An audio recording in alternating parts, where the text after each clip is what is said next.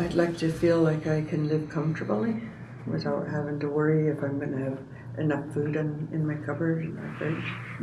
And I'd like to, my dream is I'd like to get on a cruise boat for so many days, 10 days or so. And I better go with her to keep her in line. and come back and feel like I've done what I wanted to do. And that's one of the dreams. And I really hope that I can take care of me. I want to be independent when I'm older. Yeah. I don't want to rely on anyone else but me. I know my grandchildren said they'd take care of me, but I don't want them to have that, like I said, the burden of I have to go home and look after grandma.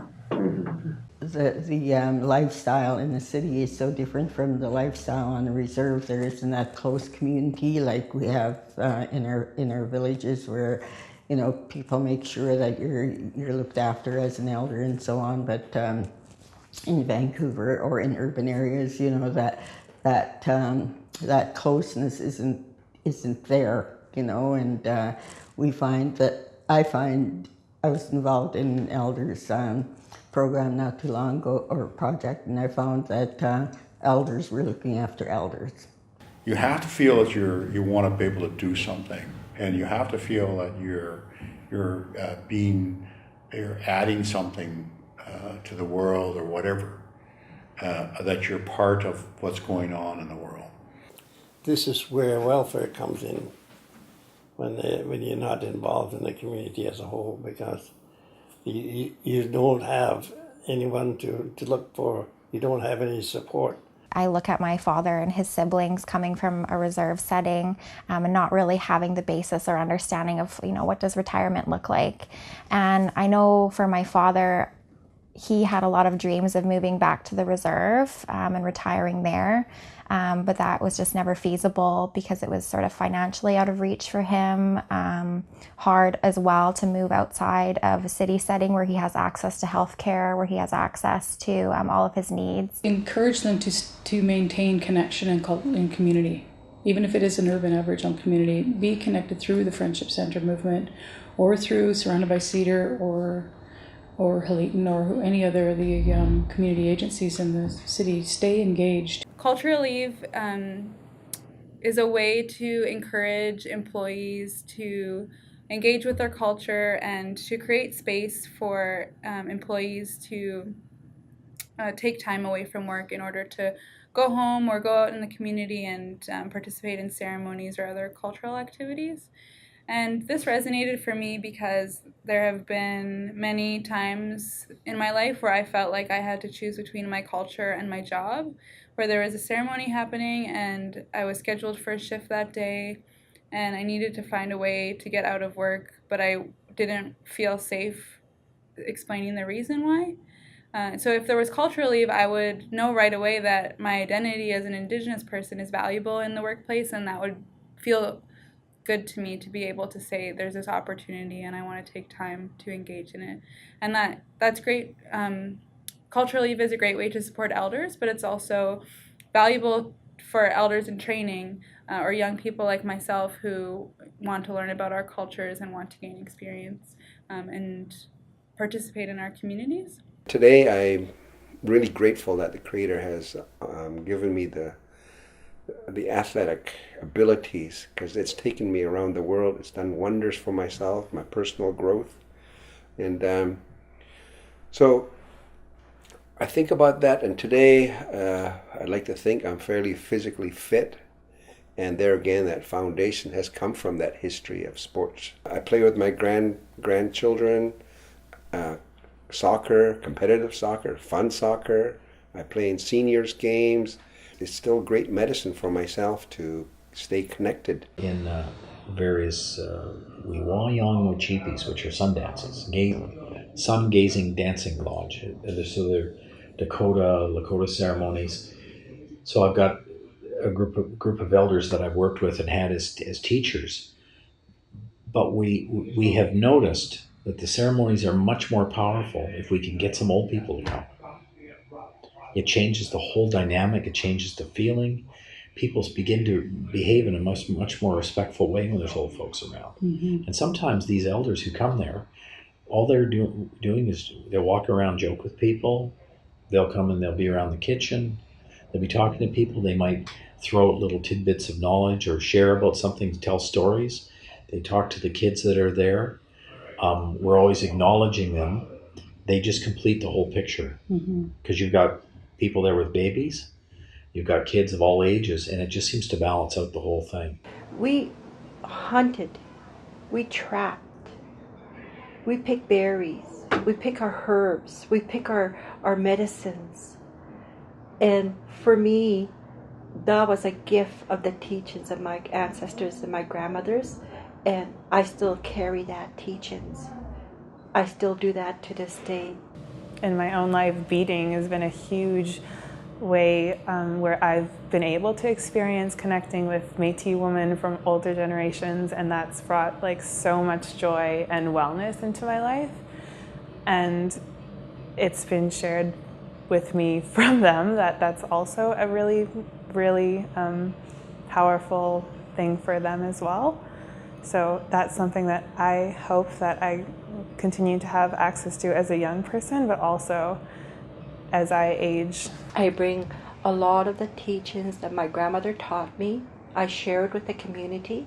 I share it with youth, children, families, elders. Come through their doors, and I share that the best way I can. As you well know, Friendship Centers have been a learning ground for many, and people go through this organization for periods of time, and then we have people who have been here for long periods of time.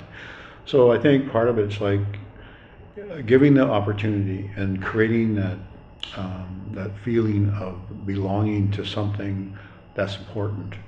When I think about my wife's mother, her husband passed away a couple of years ago, so she's actually moved into a retirement home. It's actually pretty nice retirement home, so she gets we get invited to the retirement home for dinners, and they're pretty fancy, like steak and lobster or stuff like that. I go, oh, wow. But we made a point, and particularly in terms of loneliness, is when you lose a partner, of course you're all alone, and so Leslie's mother comes to our place every Sunday, and I cook her a meal. I do the cooking in the house anyway, but I cook her a meal, and she's always looking forward to coming for dinner at our place every Sunday. Well, for myself, I appreciate all the help I get from my family, and you're there when we need you. But I know a lot of elders don't have that help that they should get from their families. So we've just been very fortunate to have you kids here, and when we need help, you're here. So, but understand how the others feel when their families don't help. We've heard a lot about challenges with elder abuse. Is that something that happens in your community? Yeah. Mm-hmm. A lot of them take your money if you're not. I keep mine in a bank. Yes, yeah. But if I have change, my grandson takes it, buys cigarettes. Yeah. Another strategy is employer-sponsored pension plans, where the employer also contributes to a pension plan as the employee does. So this can be a really great way to retain employees, to show that the workplace is a very supportive one. And for me, I think it just feels good to know that your employer has your back and you're making this effort to contribute to your pension plan, and at the same time where your workplace is supporting you in doing that by matching your contributions. And it can be really challenging to retain funding for this, but there are workplaces who do it, and it is possible. So I think it's really valuable to work to make that happen.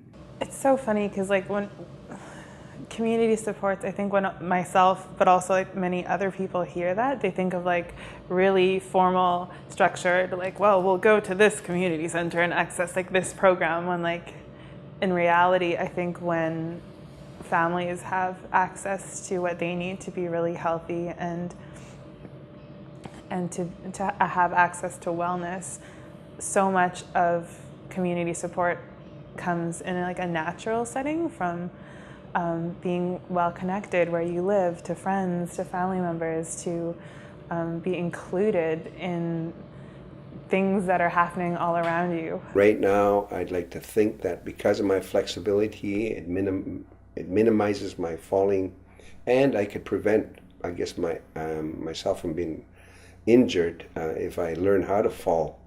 But there again, it's a simple example of mobility. I think that it needs to be a more holistic approach in including elders in all aspects of community development, of community sustainability, so that it's not a secluded area of, okay, how are we going to support our elders? In our culture is that when we do something for someone, we're always, we shared or that we gave, it showed an appreciation. If I've done something for you, then it doesn't have to be money, it doesn't have to be, but it was just something that we gave to each other to show our appreciation. In many Indigenous communities, we know that it's so important to show our appreciation when someone comes to share their gifts with us. And today that means often providing an honorarium to an elder to show how much we appreciate the work that they're doing.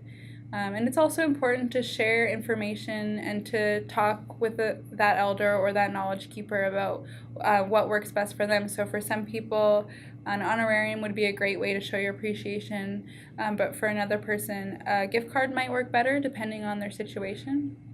So it's important to remember that everyone is in a different place.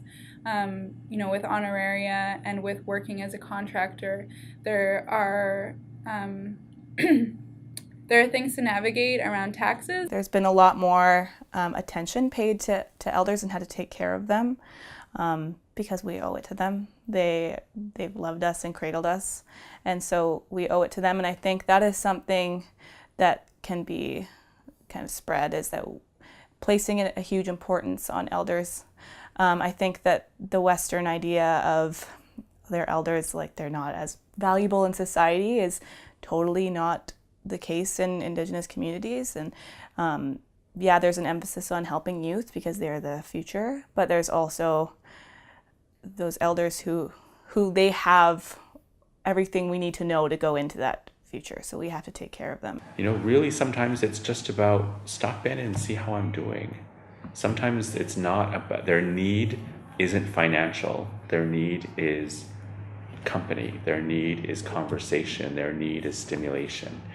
So I think as far as planning goes, I think it's the feeling needed and feeling inspired and feeling like you still have something to contribute in a modern way. I'm always grateful when you give us a call, because I always feel like I'm honored, and a lot of times I feel like I must be special to be asked to come and do things like this, because like the involvement always makes me feel like I'm a part of the community.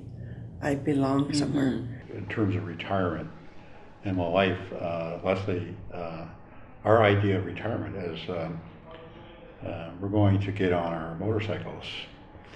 And I think the whole thing about what I've learned from what I've been told by people who retire, that if they spend too much time just sitting and doing nothing, that people don't tend to last very long. I don't see myself as aging in that sense. I'm only as old as I feel, and right now I continue to challenge myself, and I still enjoy a lot of things that I've done when I was young. So it's like there's hardly any distinction between that history and today. So the importance of physical activity, culture, mental, emotional wellness is all one package, and hopefully that's who I am. And once again, I warn my Fit Nation, and I'm encouraging everybody to stay fit and support one another and carry on.